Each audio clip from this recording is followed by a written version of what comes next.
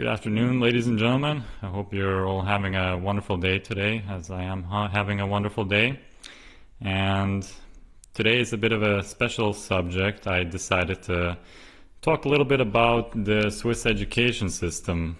And I guess this is more targeted for people who are considering to move to Switzerland or have already moved to Switzerland and are just beginning their studies here and would like to just understand the overall education system much better than before, because in my opinion, based on what you can find on the internet and based on what people tell you, I feel like it's a little bit complicated, a little bit difficult to understand the system. It's a bit unique in some ways. We don't really conform to the global education system, so to speak, and I feel like it's a little bit complicated to also understand how and which paths that you can even choose to begin with, and what happens if you don't choose path A, or if you choose path B, what happens, etc., etc. So, and I'll definitely show you a little map of the Swiss education system right here, and you can kind of study it a little bit for yourself. You can pause it, but I'll go through the education system of Switzerland step by step. And this is not going to be a philosophical subject today. This is not a Swedish topic whatsoever, but I still find it to be important for people who want to actually study in Switzerland of any age, starting from being a child, so at the age of 4, all the way up to age 20, 21, 22, uni age, basically. So I guess I will start systematically, step by step. I'll start from the bottom and go all the way up, and then we'll discuss and talk about all the little nuances and details along the way. So I guess I will start off by saying that you start kindergarten as a 4-year-old, mostly. Sometimes you can start a little bit earlier, but that's about the age when you start. And you can also go to a preschool, so meaning like at the age of 2 or 3, you can be sent to a preschool if your parents are working. You can spend your day at a preschool. It's not mandatory, it's not obligatory, but you can if your parents or if you as a parent don't have the opportunity to stay home and take care of the children.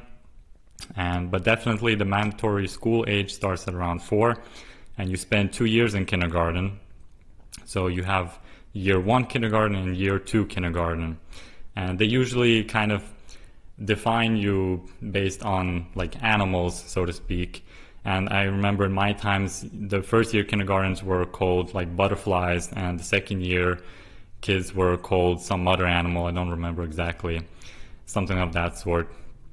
And so, but that's not really relevant, but they already started systematically classifying the children at that age already. And I guess the difference between year 1 and year 2 kindergarten is that, I guess, based on your age and based on how many years you've already completed your kindergarten. So if you already are in the second year of kindergarten, you have a bit more material to learn, so to speak. You have a bit more hours to spend at kindergarten. It becomes a little bit, I'll say a little bit more intense, I guess, for kindergarten children. But overall, kindergarten is kindergarten. You're not going to learn too much overall compared to other kindergarten schools in other countries. From what I've heard, in other countries, they already learn numbers and alphabet and all of these things. Here in Switzerland, I'll be completely honest, in kindergarten, you don't really learn anything remotely of that kind of thing. You don't really learn numbers and alphabets up until you're in first grade. So really, first grade, this is where you actually start to learn the 1 plus 1, A, B, C, D, E, F, G type of stuff, and all these little, things that come into play. And I guess first grade and second grade are really more like an entry-level school, so to speak. So meaning those materials that you should have already learned in kindergarten are only being taught in those first 2 years in kindergarten, in first and second grade of the Swiss education system. And well, I'm not going to really compare now the Swiss education system with every country now, but I'm just trying to give you a brief idea of what kind of intensity you might experience in those early years. And also, I might also add the fact that Earlier, well, I'm speaking like maybe 20, 30 years ago, it used to be just first, second, third, fourth, fifth, sixth, seventh, eighth, ninth grade. Now you have a little bit mixed classes, so to speak. So meaning that first and second graders are put in together in one class, and the whole class is called first/second grade. And I guess the idea was, for a while they were lacking school children, I guess, if I understand it correctly, and they wanted to mix in the children to, I guess, save more classrooms or something like that. I don't know. Or maybe they wanted to integrate the children more or better, meaning that they wanted the children to mutually learn from each other.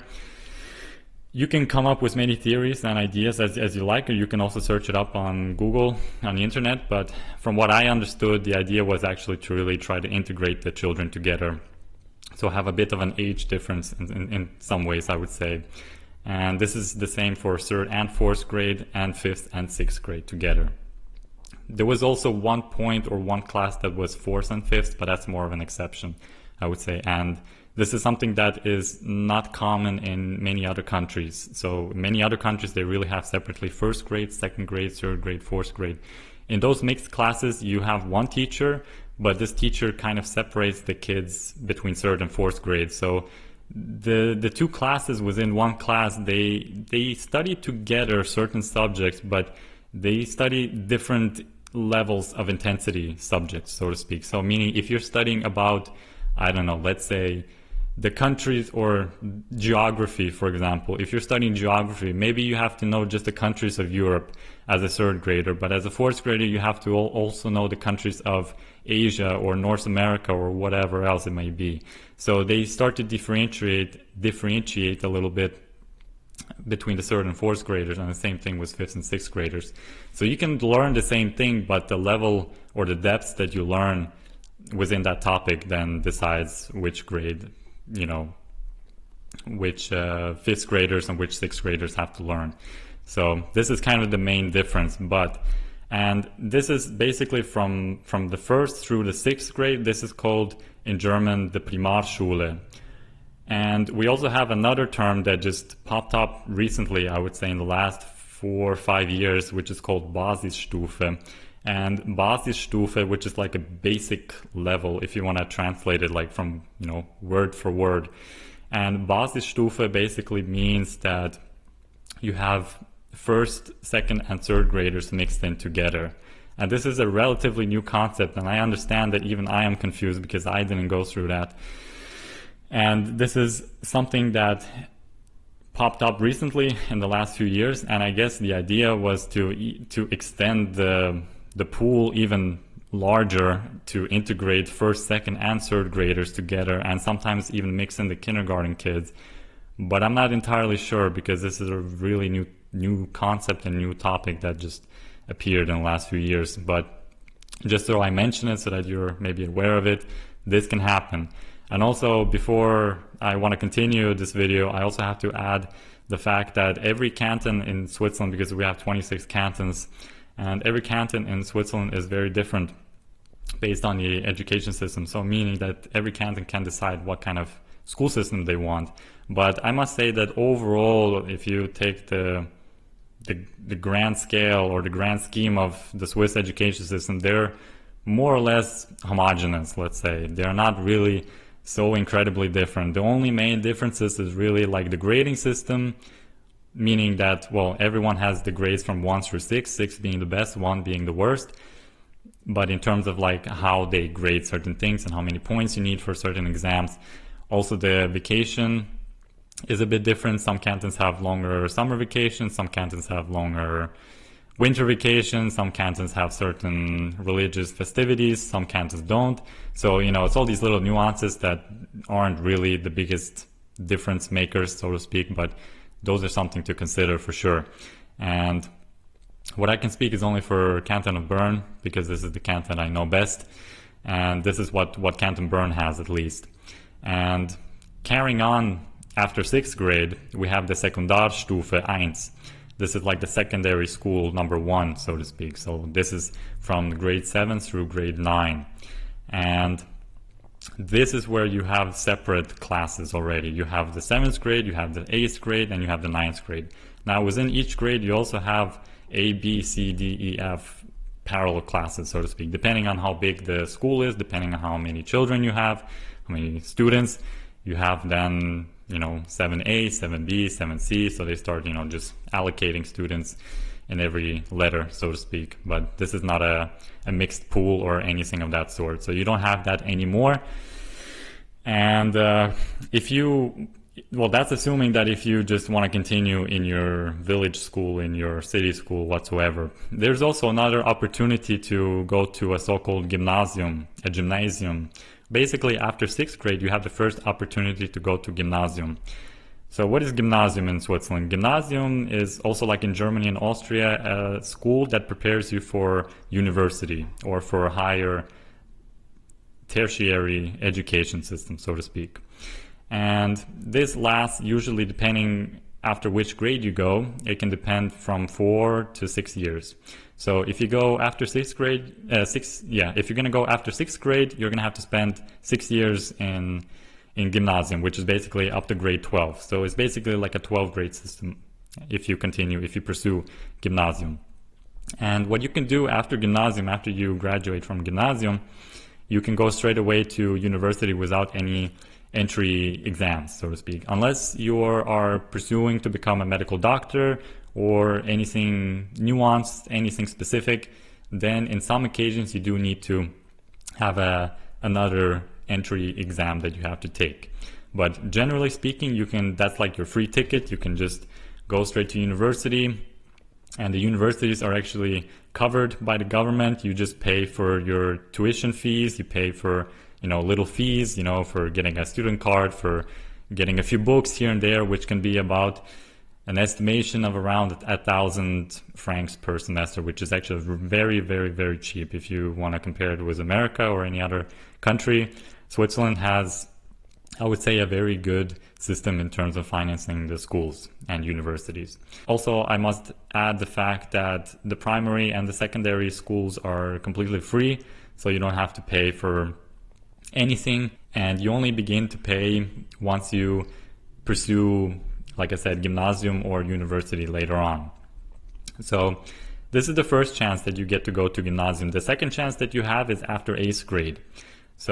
And after 8th grade you can try to go again, and after 8th grade you will only study for 4 years. The third chance, the last chance that you have, is after 9th grade.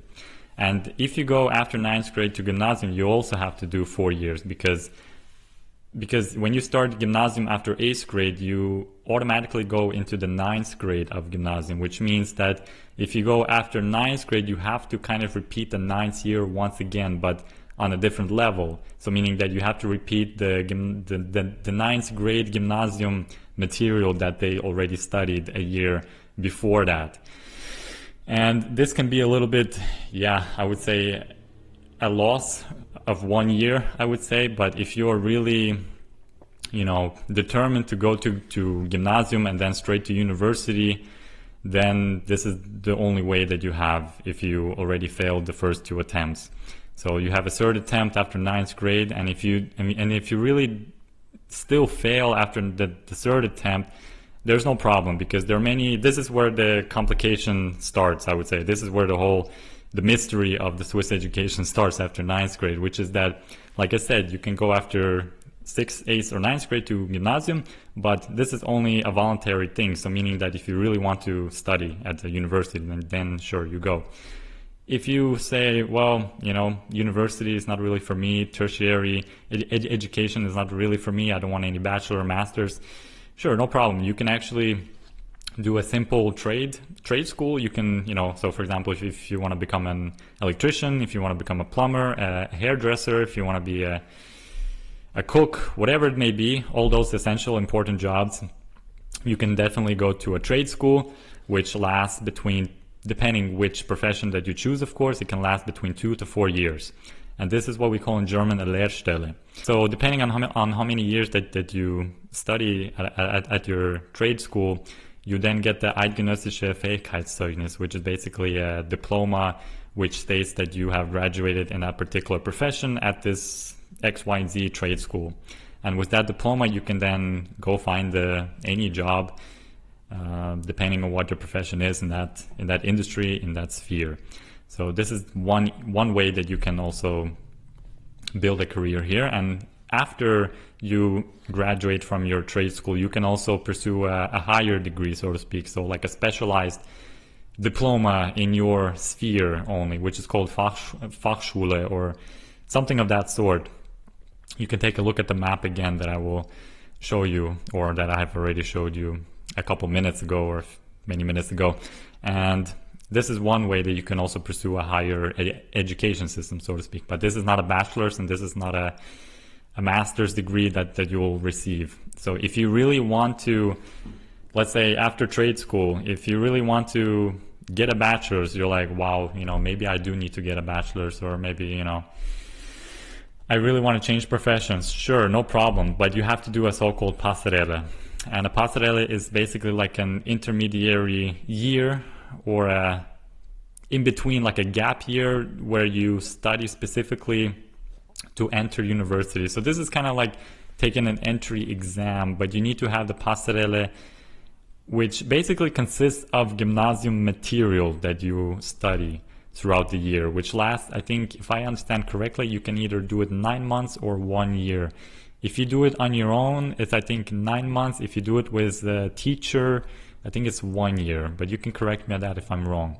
Something of that sort. And I like I said, again, many things change a lot all the time in the Swiss education system. So maybe I'm not accurate on a few things. Maybe I am. Well, for the most part, nothing really changed major, just like, a few little things. So that's the second way of, building a career in Switzerland. The third way is you can, after 9th grade, if you are a little bit, confused, like, oh, should I do a trade school or should I go to gymnasium? You want to do something in between, then you have another option, which is called the Wirtschaftsmittelschule or Informatikmittelschule or Fachmittelschule. So those 3 schools are kind of like in between of gymnasium and a trade school. What are those schools in particular? So the Wirtschaftsmittelschule, so in English, that's the economic college, the informatic college, and the Fachmittelschule is like where you study social sciences, you study psychology, something in the healthcare area, so to speak. And I can't really translate it like word for word because it's a little bit tricky. So after 9th grade, you also have to pass an exam, or depending on what your grades are in 9th grade, if you have sufficient grades, then you can go entry-free into those schools. If you don't, then you have to take an exam. And for those who want to pursue those kind of schools, they go for 4 years. So meaning that in the economics school, you go for 3 years, you study 3 years, and then you do a 1 year internship. So you have to pursue 3 years of just pure studies. You have to pass all the exams, and then you have to do a 1 year internship at any company, at any business, at any, whatever it may be, any institution of your choice. But it has to be within the realm of economic subject, law subject. So you cannot really, go work at a zoo or something like that, because it's not related to like business in that way, if you know what I mean. So you really have to choose a topic or choose a labor job that would suit your corresponding school. So if you study at an informatics school, then you have to go, work for some tech company instead of a bank. But depending on what job openings there are for interns, you can also get a job, at a certain company, at a bank, if they need more nerds, if they need more, nerds who are good at programming, stuff like that. But I'm not knocking nerds, I'm not knocking the programmers, but jokes aside, you can choose any job that you want within a list that they give you, basically. So, and this lasts, about 3-4 years, and then you get a so-called Baccalaureate in English, or the Berufsmatura mit eidgenössische Fähigkeitszeugnis. So you actually get a trade diploma and a Berufsmatura, which is basically a matura is like a baccalaureate, which is also a degree that can be received if you study gymnasium. But the Gymnasiale Matur and the Berufsmatur They are still two different things. So the tricky part here now, we're entering the tertiary section. Before that, we were in the secondary section. The tertiary section is now where you can now study at the university. So that means when you graduate from gymnasium, you can go straight to any university. This is the Gymnasialmatur. If you receive the Berufsmatur, so if you studied at an economic, business school, college, informatic college, social college, whatever it may be, you can also go to university, but you're going to go to a University of Applied Sciences. And this is a little bit different. This is more a bit, let's say, practically more oriented at your specification, at your diploma that you received. And so for example, if you graduated from a business college, then you will most likely go to a business university. They actually do have universities that specialize in certain subjects only, and not just giving you a grand scheme of things.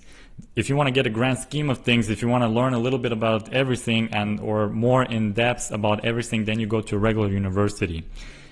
And this is with a Gymnasialmatur.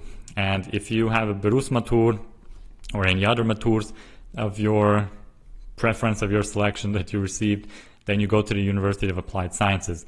But overall, the difference between those two, the university and the University of Applied Sciences, are overall, let's say, they all carry the same weight. So meaning that you will get a bachelor's and a master's, but the only difference is that the University of Applied Sciences, they're more oriented at your skill set, and the standard university is just let's say oriented at general things, let's say. And I don't want to really bash university overall, but I think they don't really give you that kind of the in-depth study material that you would receive at a University of Applied Sciences. This is how, at least in Switzerland, those things work.